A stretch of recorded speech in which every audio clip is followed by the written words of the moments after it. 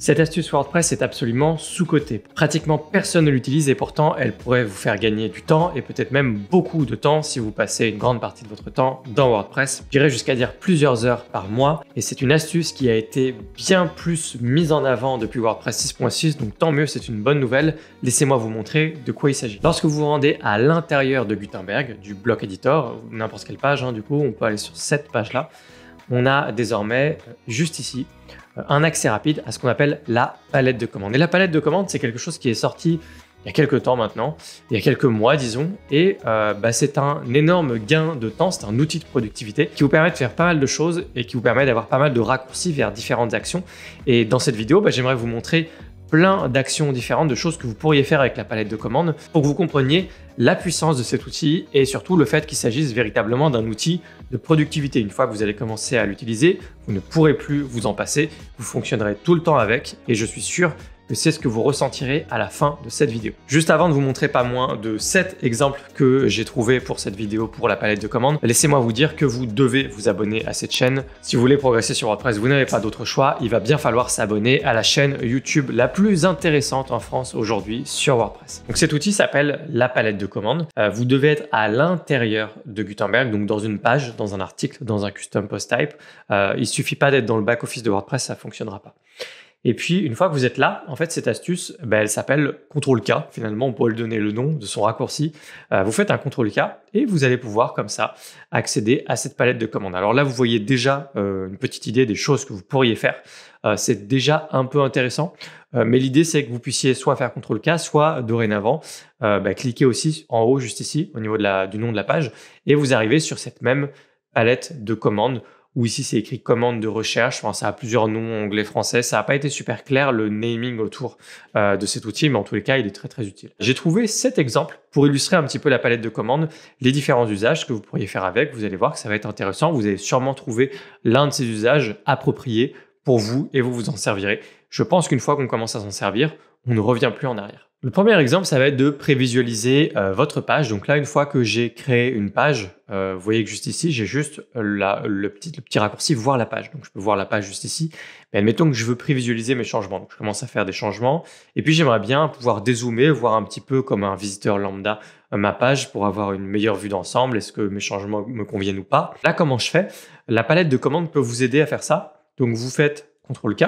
Moi, alors quand vous faites CTRL-K à l'intérieur d'un texte, là, vous voyez que ça crée autre chose. Hop, faut être en dehors en fait. Vous faites CTRL-K. Et puis, on peut commencer à taper différentes choses. Là, vous voyez qu'il y a plein de choses qui apparaissent. Ça vous donne autant d'idées de choses que vous pourriez faire avec la palette de commandes. Moi, ce qui m'intéresse ici, c'est prévisualiser dans un nouvel onglet. Donc, vous voyez que je n'ai pas enregistré mes changements et je peux directement ici, exactement le même bouton que vous avez quand vous créez une page pour la première fois et que vous ne l'avez pas encore publiée. Vous avez juste le bouton prévisualiser vos changements. Enfin, la page. Et bien là, vous pouvez faire prévisualiser dans un nouvel onglet. À partir de là, vous voyez que je prévisualise mes changements. On voit que c'est une URL de prévis juste ici, avec mes petits S que j'ai ajoutés là, qui n'est pas dans la page normale, du coup, à laquelle ont accès les visiteurs. Donc, cette astuce-là, déjà, elle est très, très utile pour préviser vos changements. Encore une fois, CTRL-K, et vous commencez à taper pré, et puis vous avez prévisualisé dans un nouvel onglet. Faites attention, il faudra taper les commandes en fonction de si votre site est en anglais ou en français naturellement. Ensuite, l'exemple le plus évident, le plus éloquent qu'on voit souvent autour de la palette de commandes, c'est simplement le fait de pouvoir jump d'une page à une autre, d'un article à un autre, d'un article à une page, etc. Et c'est vrai que ça peut faire gagner pas mal de temps en vérité. Donc là, pour aller à une page, faut-il savoir comment s'appellent les pages. Everything about contact us. Très bien. Eh bien, allons-y. Donc là, je suis sur quelle page? About us. OK. Donc, bien maintenant, j'ai envie d'aller sur ma page contact. Je sais plus, contacting us. OK, c'était contact us, pas contacting us. Hop, là, voilà, je peux cliquer sur ma page. Alors là, évidemment, du coup, j'avais des changements en cours, mais on va cliquer sur quitter, on s'en fiche. Et ça me permet directement d'aller dans cette autre page sans sortir, revenir dans le back-office WordPress, retourner au listing de pages si jamais j'étais ailleurs, et puis cliquer sur la nouvelle page sur laquelle je voulais me rendre. On peut refaire un autre exemple. Je vais faire CTRL-K, j'oublie toujours le nom des pages, everything. Et bien, on va taper everything, et puis on va finir par avoir la page everything qui apparaît, ou pas, c'est peut-être pas une page d'ailleurs. C'est la page shop par défaut de Shortcart. Ok, j'ai rien dit, autant pour moi. Alors, c'est pas la page everything. On va faire des exemples avec des pages normales. On a la page home. Je clique. Là, c'est pareil, il me redit du coup, est-ce que vous voulez changer votre page? Pourtant, j'ai rien fait dans cette page. Et ça me permet directement d'aller à une autre page. Hop, je refais CTRL-K, je peux faire la même chose avec des articles de blog. On a juste l'article Hello World. Donc, je vais taper Hello et on peut aller directement à Hello World. Ça, j'avoue que ce truc-là, il est assez embêtant. Et je ne l'avais pas quand j'ai fait des tests un petit peu avant. Donc, je me demande pourquoi maintenant j'ai cet avertissement à chaque fois. Et puis, je peux aller directement comme ça dans ma page Hello World qui est absolument vide. Il n'y a rien du tout dedans. Donc, imaginez un site WordPress dans lequel vous avez plein de pages, plein d'articles et vous voulez passer régulièrement d'une page à une autre. Vous avez des changements à répercuter sur pas mal de pages. En fait, il y a plein de cas d'usage dans lesquels pouvoir passer rapidement à une autre page ou à un autre article de blog, c'est très pratique et ça vous fait gagner beaucoup de temps. Si c'est votre métier, WordPress, ce genre d'outil peut vous faire gagner véritablement de nombreuses heures chaque semaine, peut-être chaque semaine, mais en tout cas chaque mois, ça c'est sûr. Maintenant, dans la continuité de ce qu'on a fait, je peux refaire un CTRL-K et puis en fait, on peut aussi ajouter de nouvelles pages, de nouveaux articles à partir de là. Il faudrait faire un test quand on a des custom post type et voir si on peut également ajouter de nouveaux custom post type à partir de là. Donc là, je peux cliquer sur ajouter une page et puis j'arrive simplement dans une nouvelle page. Voilà, et je vais pouvoir bosser dans ma page ici.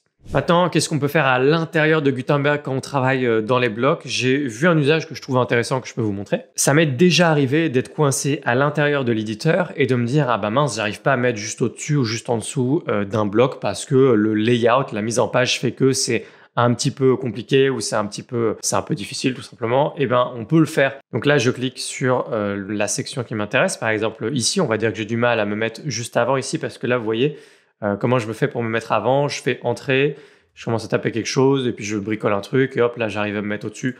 Enfin, voilà, ça dépend comment vous vous y prenez, mais ça peut ne pas être si évident. Finalement, avec un CTRL-K, vous pouvez avoir directement, sans même chercher directement l'action avant, ajouter après. Et si je me mets en ajouter avant, hop, je me mets directement juste au-dessus. Ça a l'air de rien, mais en fait, c'est très pratique parce que ça vous fait gagner du temps, tout simplement. C'est-à-dire que là, vous vous dites, ah, mais il faut faire tout ça pour se mettre avant et tout, on ne gagne pas de temps, ça sert à rien. Si, c'est plus rapide. Vous faites CTRL-K, pas ici.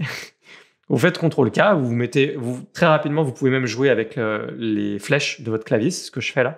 Vous faites ajouter avant, et en fait, ça va plus vite, ça va vraiment plus vite. Donc, c'est un très, très bon outil de productivité, encore une fois, et parfois même pour vous sortir de petites situations compliquées comme ça là. Vous avez également de la personnalisation de l'éditeur qui peut être rendue plus simple avec un CTRL-K. Si je commence à taper fil, hop, je peux faire hop, entrer et tout de suite cacher le fil d'Ariane. Donc là, c'est pareil, je peux aller évidemment en haut à droite dans les 3 petits points, masquer le fil d'Ariane, blablabla, etc. Mais en vérité, même en cliquant juste ici, c'est plus rapide si je fais comme ça. Voilà, ça va vraiment plus vite. Donc, si vous prenez l'habitude d'utiliser la palette de commandes, au début, il y a une petite courbe d'adoption. C'est peut-être un tout petit peu plus lent au début, encore que je pense que ça va rapidement plus vite. Mais très rapidement, c'est plus rapide et vous êtes plus productif. C'est pour ça que je voulais vous la montrer. Donc, je peux faire un autre exemple. Si je commence à taper plein, vous voyez qu'il y a sortir du plein écran. Ou alors, si je fais hop, rapidement, plein, hop, passer en mode plein écran, ça va juste un peu plus vite. Enfin, pour terminer, on peut noter que vous pouvez avoir accès à vos raccourcis clavier à partir de là, comme ça aussi très rapidement. Donc, prenez l'habitude d'utiliser à la fois le CTRL-K pour aller plus vite, mais également profitez-en au passage pour vous habituer à utiliser les raccourcis clavier dans WordPress parce qu'ils vous font gagner du temps. Encore un autre raccourci, vous pourriez faire un CTRL-F, commencer à faire des recherches, hop là, rétablir, machin, et puis vous pouvez chercher comme ça les raccourcis que vous cherchez justement dans les différents raccourcis qui vous sont proposés. Enfin, sachez que cette palette de commandes, les différentes extensions que vous installez peuvent l'utiliser et se brancher dessus pour proposer, elles aussi, des actions rapides. D'autant plus que là, c'est encore plus mis en avant depuis WordPress 6.6. On va avoir de plus en plus d'extensions qui vont proposer des raccourcis dans cette palette. Je peux vous montrer, par exemple, juste ici sur ce site, j'ai Surecart d'installer. Surecart qui est une extension e-commerce, une alternative à WooCommerce que j'ai déjà présentée sur cette chaîne. Si je commence à taper Surecart, j'ai pas mal de raccourcis et encore, je pense qu'il pourrait y en avoir beaucoup plus. C'est vraiment le tout début. Et là, on voit qu'on peut aller directement dans les produits, dans les upsells, dans le panier ou dans les collections. Donc, par exemple, je tape ici carte et puis ça va m'amener directement sur la page panier qui va me permettre de modifier le panier de cette boutique.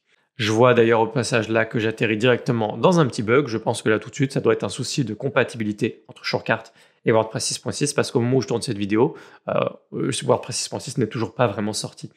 On est toujours en bêta. J'imagine que ce bug n'existera pas de votre côté. Mais tout ça pour vous montrer qu'en fait, les autres outils peuvent se brancher dessus et vous proposer des actions rapides comme ça aussi. Donc, n'hésitez pas à faire un tour et à aller dans votre palette de commandes, à regarder vos extensions, à taper un peu le nom des extensions pour essayer de fouiller, trouver des actions intéressantes.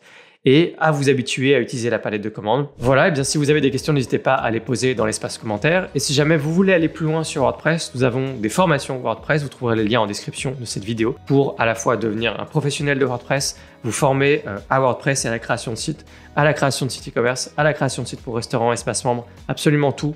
Vous avez ça en description directement. Puis moi, je vous retrouve très bientôt dans une prochaine vidéo sur WordPress sur cette chaîne. À bientôt.